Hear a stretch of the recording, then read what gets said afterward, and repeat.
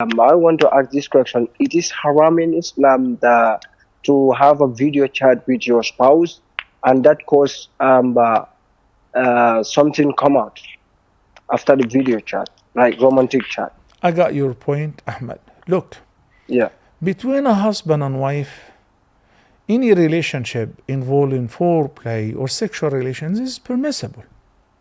Okay? The only thing which is not permissible is having an intimate relationship, sexual relations during the period, or a sexual relation in an orifice other than the place of birth. Besides that, it's halal. And it's halal with one to chat with his wife, even if that leads to ejaculation.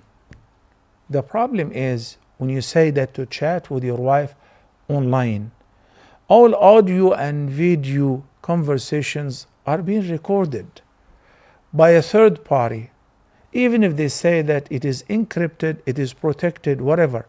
So there is always a fear that somebody out there may reveal and publish this very intimate conversation between you and your wife. That's why we are concerned. Otherwise, if you are face to face, it's perfectly okay. And I advise no sister should appear before the camera without wearing hijab.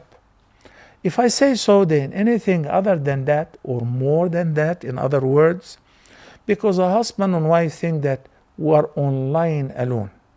We are on an encrypted account. So she can take off her clothes or stay in her sleepwear and they do things or say things. Imagine if that is being recorded. What would you do and what would you say? And I'm saying imagine because it is actually recorded. Okay? So you be cautious, you be careful. But as far as if you're sitting, you and your wife, and something comes out of your private as a result of sexual conversation, which is halal between a husband and wife, it depends. What do you mean it depends?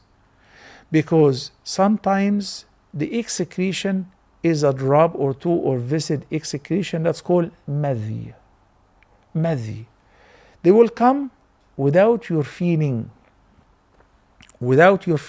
sometimes even without an erection.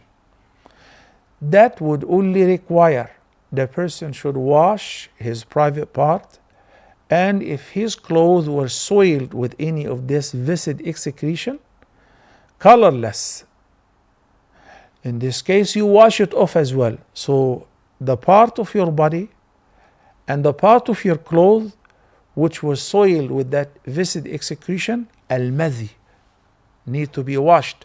Then you make wudu. No need for ghusl, no need for ghusl. But if this conversation led to what is known as ejaculation, then that's called mani.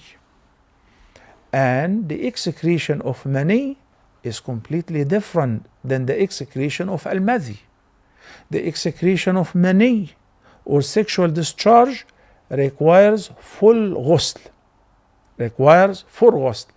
So if there was an erection and ejaculation, the person must, after washing his private, perform ghusl in order to be able to pray or touch the Quran or read Quran or do tawaf or enter the masjid, because he has become in a state of major janaba.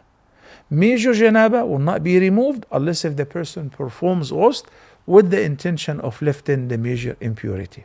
Barakallahu fikum.